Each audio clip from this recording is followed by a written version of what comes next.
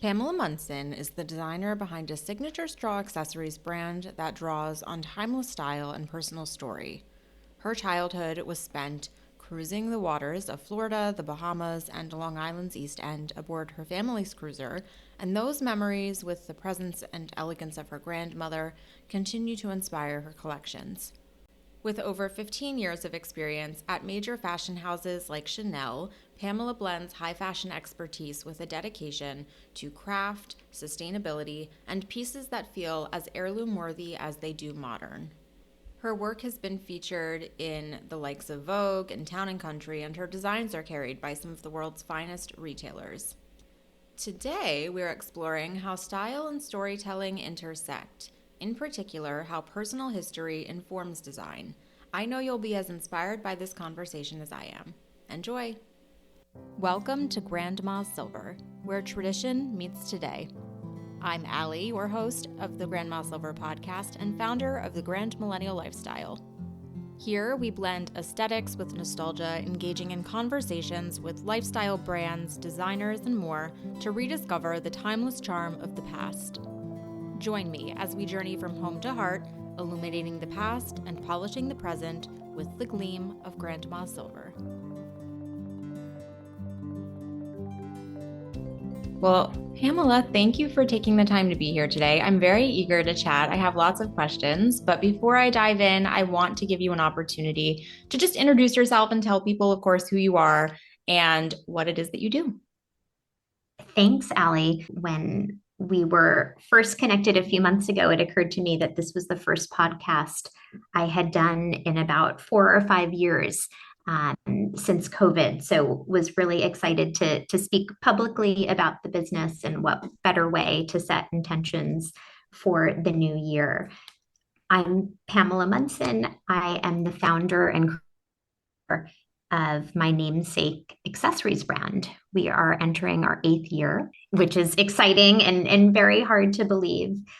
And prior to starting my business, I worked in corporate fashion for many years. I started my career in buying at Bergdorf Goodman and Barney's, and then I worked for big brands like Chanel and Oscar de la Renta prior to launching Pamela Munson in 2017.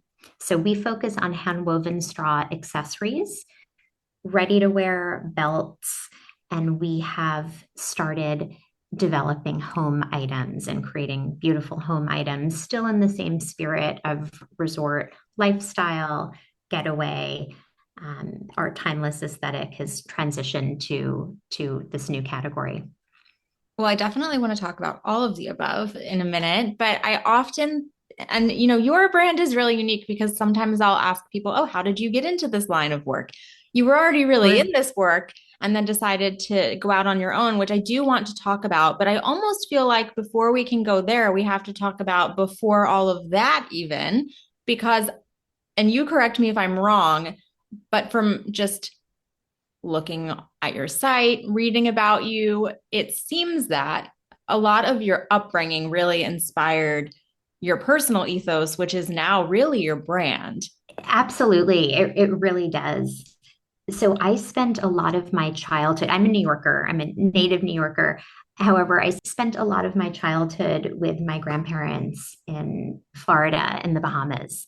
My grandmother, who was one of my earliest style icons, passed away when I was 10. So I really have some very early memories of her, but was quite glamorous, always wore an orchid in her hair, wore bright poochy dresses when she wasn't in a tennis outfit playing tennis. But this time with my grandparents, so they lived in Fort Lauderdale, Harbor Beach.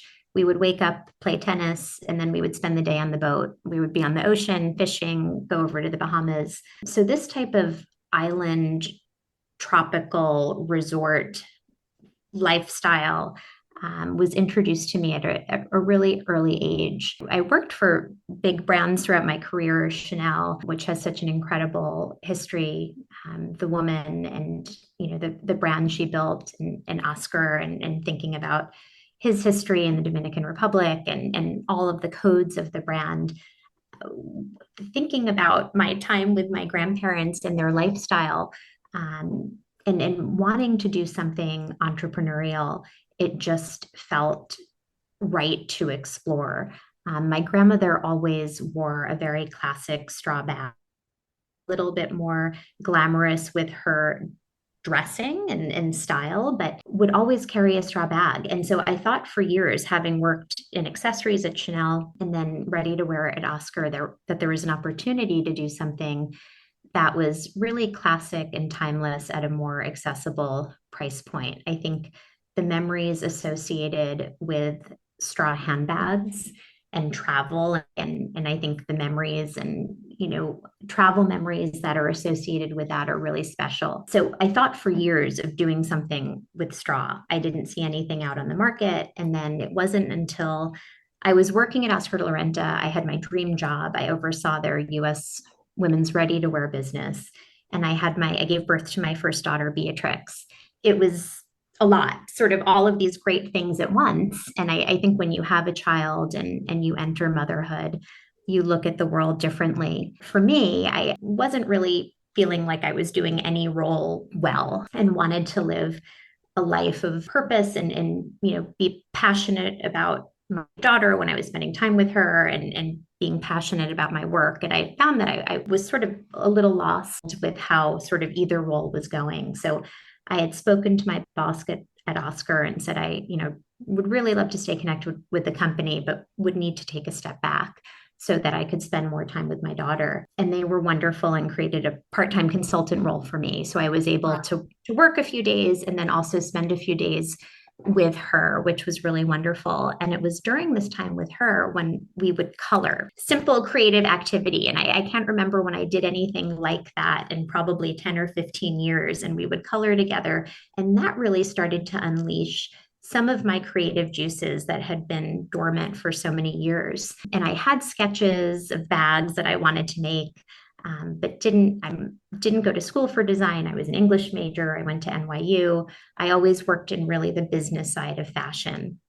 And I think any type of creative industry, creative profession can be a bit intimidating. I have these sketches, I have concept, but could I make this work? And it was during this time with her that really pushed me to pursue my passion and to launch the business. So I had connected with a designer who helped sort of translate my sketches into technical drawings and started sampling the collection and then launched a year later. So that was 2017.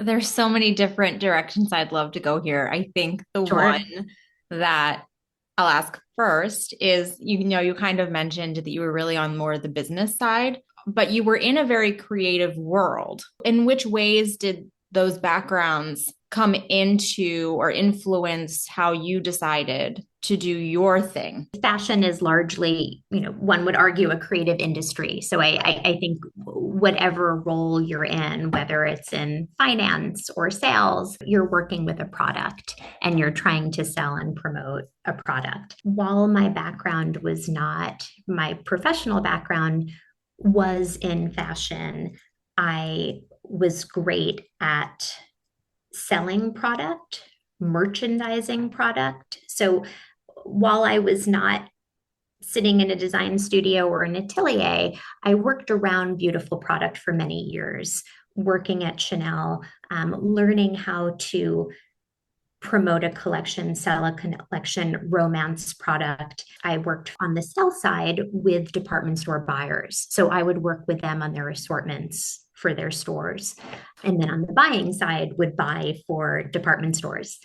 Certainly, I think that ability to work with product, having the understanding of what goes into a collection, how to merchandise a collection, how to analyze a business, certainly helped me with mine. The creative piece is so subjective. I think, prior to working at Oscar, so what was amazing about working at Oscar de la Renta is that I worked in New York at their headquarters. So all of the different departments lived under one roof: sales, finance, marketing, design. Whereas at Chanel, the New York office was a satellite office, design, creative, the thought leaders were in Paris. Hmm. So, I think I saw Karl Lagerfeld once in the showroom, and we were advised not to look or speak it to him.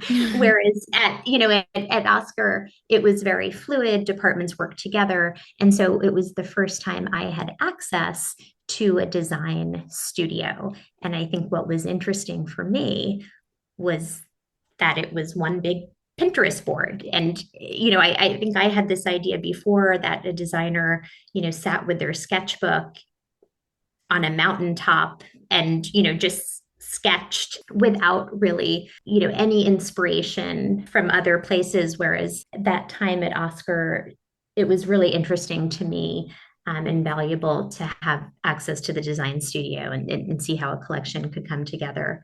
So, going off of that, something that I definitely had a question about was obviously straw is important to your brand. You explained where you saw a gap in the market and your own personal influence of your grandmother. And you said something really interesting, and it was that she always had this straw handbag. I think when we think of straw, obviously we think resort, but Mm-hmm. do you at all take into consideration, or what's like your thought process when you're designing for a woman who might want an accessory that is kind of an everyday part of almost a staple, a wardrobe staple? That's a great question.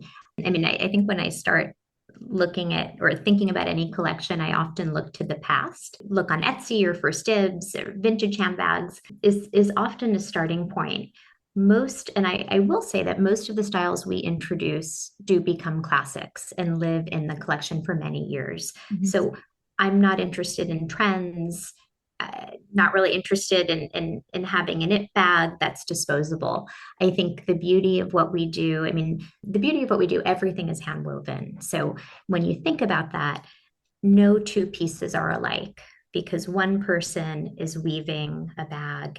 Most of our handbags take 10 to 15 hours to hand weave, which is it's an incredible craft. It's very different from a leather bag, which is stitched and sewed and cut, is almost like on an assembly line. So I think there's beauty in the artistry of what we do. The designs are rooted in the past and are expressly classic. So when I design something, I want you to have it in your closet for seasons to come, not just this season or not just one vacation. Maybe our rattan pearl clutch is that bag that you reach for every special holiday and getaway that is carried with you and all of the memories that go along with it. We've also started doing more leather bags. I mean, just talking about the seasonality of this and really wanting to be more of an active brand in her closet that she's reaching for. So for instance, if you're in Philadelphia or the Northeast and maybe you can't wear straw in February, we've had great success with some of our new leather releases that have come out over the past year. You mentioned the artistry of a woven bag.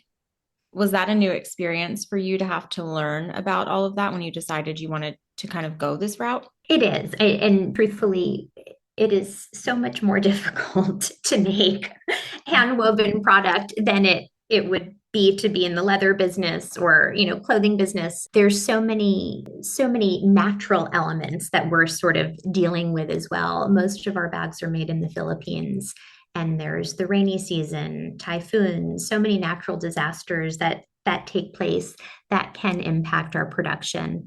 We work about a year and a half in advance, a year in advance as far as development and design. But if it is more rainy or more sunny, that can affect the drying of the raffia, that can impact the colors that we're using. We do a lot of beautiful hand embroidery, and that all is informed by the climate and the environment. So I have to say, I've learned a lot. A big part of what I do, and we're a small team, and I'm still, as the owner, involved in every facet of the business. Production is a huge part of my day to day, and working with our production partners and factories on the creation of our handbags. What's your process when you're designing these capsules in making sure there's unique variety, that it is fresh? We have 4 collections a year. So resort, spring, high summer, and fall. Fall for us has always been quite small. This year we've developed a full leather range, in addition to some of our core straw pieces in fall colors. So there's definitely a seasonality to the year. Spring, we always introduce pastel. It's typically a range of pastel colors. Summer for us are more primary colors that go with the straw as far as leather accents. Grosgrain ribbon is a material that I've always loved that's woven through the collection, embroidery colors. So there is a seasonality and an intentional timing to each of these releases. For instance, today we just came out with our Valentine's capsule, which is quite exciting. It's really the kickoff to our 2026 season and a precursor to spring. In addition to accessories, so we have some beautiful raffia hand embroidered manodiers, some pink handbags, which are great for gifting, and also some home items. So over the past few years, we've collaborated with Heritage Interiors brand Schumacher. In 2025, not this year, last year, we worked with Deporteau and have really cultivated an interiors following. 2026, we will be introducing some of our own home items designed by us. So some beautiful handwoven frames, decorative trays, keepsake jewelry boxes, placemats. I love that this, of course, you have the leather goods as well now too, but I think it's really interesting that this one material is still able to be the core product or core material across different capsules, across seasons. It's not like I just kind of keep thinking about like, a clothing brand would have a large variety probably of different materials to convey perhaps the story of what the capsule is trying to tell. And Sure. I think it's really neat that this one material is still able to do that and that you're leaning on other elements to then make it unique and fresh, I think is more so what I was trying to say. With those capsules, your personal inspirations. It's a great question, and it changes really throughout the year. I should note that my family and I moved to Florida a year and a half ago, so I'm a Floridian now. And thinking about the brand and my early years with my grandparents, I feel like I've come full circle being back here. Creatively, it's been incredible to live in a resort environment, to see how women are dressing and living here and being a part of that lifestyle has been great for me from a work perspective. Each season shouldn't say I approach each season differently. For example, our Valentine's Day capsule, I had found this gorgeous tapestry from the 1960s on First Dibs. And that was the starting point for the florals. I thought they were so novel and felt really fresh. I love the color palette. And so that was the starting point really for Valentine's Day and spring. Florals are always really important. My grandparents raised orchids, so I was surrounded by greenhouses as a child. And so we have these beautiful florals, zinnia and azalea, this like petite sort of micro floral print and embroidery. That was the starting point for this season. Other seasons, I may be feeling like polka dots, or maybe there's a certain color in mind, or maybe there's a vintage bag that I sourced at, a flea market. Inspiration can come from anywhere. And I was an English major, so I'm often quite literal. I'll send my design team notes of what I'm thinking, and then, we go from there. What I love, design is such a collaborative process. So I love working with my team. And I love the process of having an idea, putting it on paper, seeing it realized in a first sample, prototype, adjusting the colors and getting it ready to photograph. So I love that. I love the creative process. It's one of the great joys of what I do. Style that I'm probably most proud of from 2025 last year, which will continue into the new year, is our Jane basket. So it's this beautiful rattan basket with a leather top. And it was my inspiration for that was Jane Birkin, the basket, that oversized sort of cylindrical basket. Or I wanted to make something like that in that same shape and spirit, but more refined and have a beautiful leather top and a seamless opening. And I think we really nailed it. And our customers love it. And it'll be coming out this year in some new colors. You mentioned you're in Florida again, and of course, now I was also thinking about how you started dropping some home pieces, and it sounds like that's something Yes. that you're focused on more so now in 2026. And this might be a bit more now that you're in Florida, so perhaps Mhm. there's a little more synchronicity here now, but how does your personal style, because of course I love to also talk interiors. So, Yes. how does your personal style and what you're doing in the world of fashion translate into your life at home? Personal style is aligned. I think a lot of my personal style comes through in the brand. My home perspective, as far as design, has always been quite classic and traditional. Certainly, with resort elements, there's touches of bamboo. I like a lot of whimsical, colorful fabrics. Chinoiserie has always been something I've gravitated towards, florals, but also practical, knowing that I have three young children and my youngest is in kindergarten, he's 5. So mindful of sort of this seasonality of life and maybe looking to decorate for sort of later years in the near future when our home can be a little bit maybe more precious. But no, I think sort of these elements of style are consistent in the brand and our home, or what I would like our home to be, I should say. One of the things I wanted to ask was because, of course, if we're talking about Florida, that Sure. you mentioned how it felt very full circle. I would love to hear a little bit more about your grandmother and your experiences. I guess you were visiting her. Have you called on any of those memories in any of your capsules or anything along those lines? My grandparents were really fortunate that they were hobbyists and they had certain passions and they were able to pursue them in their time. I suppose as a child, we spent Christmas, Easter, all of our holidays down here with them. My father was an only child, so my sister and I were their only grandchildren. And I think a lot of time with grandparents is magical. My grandmother passed away when I was 10. So a lot of these memories I have of her, they're not specific. It's more visual, or I remember what she wore. I remember her perfume. I remember being out on a boat.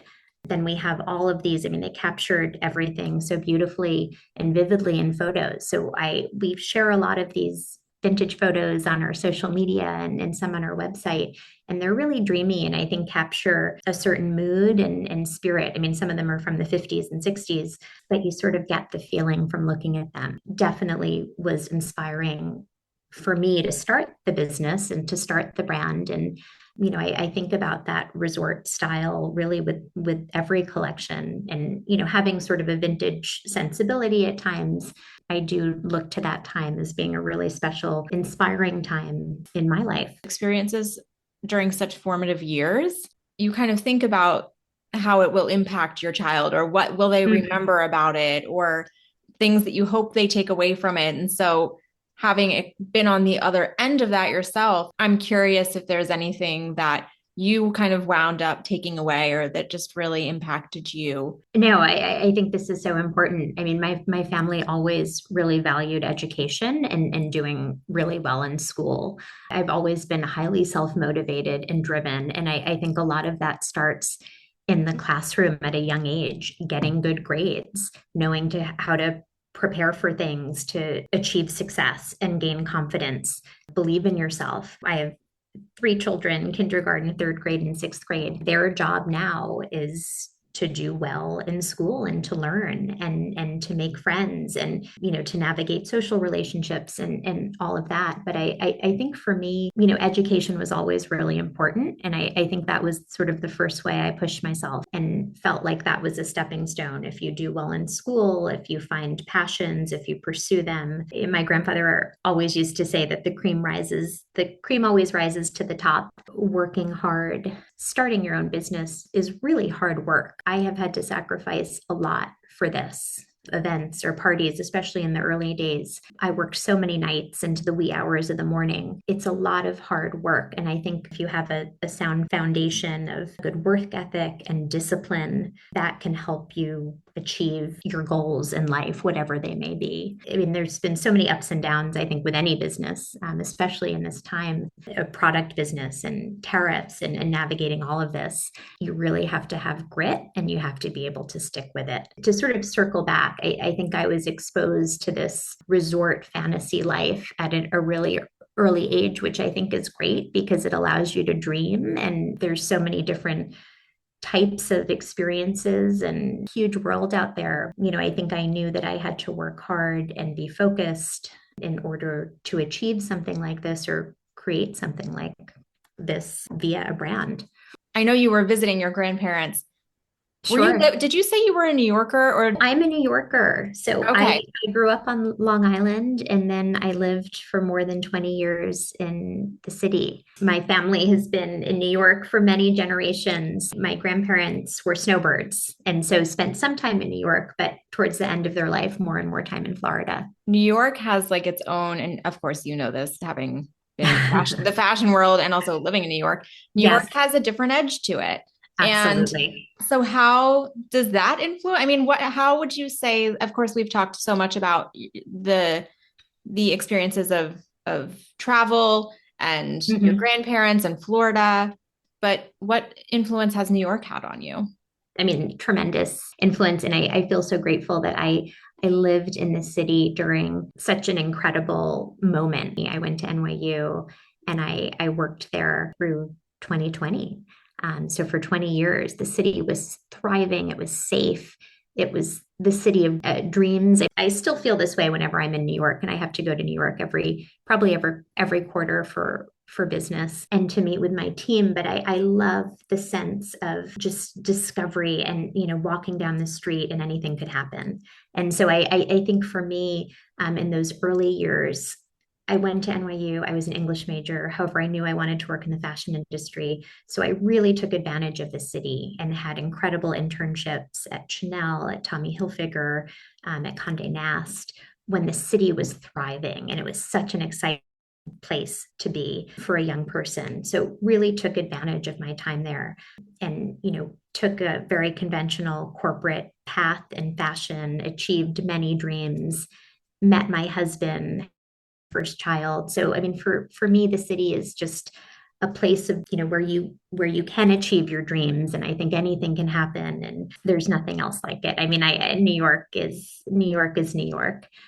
However, I have to say, Florida has been such a wonderful change for me for this season of life and for my business. It's softer, it's sunnier, I think it's kinder. And I can't believe I'm saying this because New Yorkers are, there's such a warmth and genuine nature about New Yorkers, but we've all really taken to Florida. It's been great, the community here. And I think in part also, there's been so many people from the Northeast who've moved down post COVID. So I think we all Mhm. have similar reference points. You said you were studying to be an English major, but you knew you wanted to go into fashion. Yes, Tell me more. education was always so important to me. And so I think it was just expected that I would have a liberal arts education, not to go to a specialized school. In retrospect, going to Parsons or FIT, or I know Cornell has a merchandise program that probably would have made great sense for me knowing where I am now. But I mean, NYU, I sort of designed my course load while I was an English major. I took a lot of classes in journalism and media and marketing. And then, of course, going to school in New York City just afforded so many amazing internship and job opportunities where when it was time to graduate, I just felt like I had that much more of a leg up because I was there and Mhm. was already, somewhat immersed in it. I always have to ask because I Yes, heard that and I was like, well, wait a second. I No. know. I mean, I think English is something that just sort of came naturally to me and I enjoyed. And so that's why I studied it. It's funny because in a way it makes sense of your personality and what you've described kind of your brand being and who you are. It's very classic, it's romantic, it's timeless. So in a lot of ways, it's like it's representative almost of what you've become, even though it's not the profession itself. One of the last questions I'll ask is where people can find you. Yes. So PamelaMunson.com is our website that shows the full breadth of our product offering. And then we sell to Nordstrom, to Tuckernuck, to Shopbop, Marissa Collections, select luxury specialty stores, and resort shops. But if there's any specific market or area that you're interested in or looking for, you can reach out to us directly and we can let you know the closest store. hello@pamelamunson.com is our general inquiry email. But we sell to over 100 stores across the US. So we are likely in a shop near you. Yes, people will be able to go to the show notes of the episode. I will link to your website and your socials. So through those channels, should be able to contact you as well. But I just thank you so much for taking the time to chat today because this has been lovely. Amazing. I This am has been so now fun. wildly eager for warmer weather more than ever. I understand. Oh my goodness. And I am so excited to see where the next year takes you. Oh, thank you, Allie. I really appreciate your time. This has been so fun. It's really been great.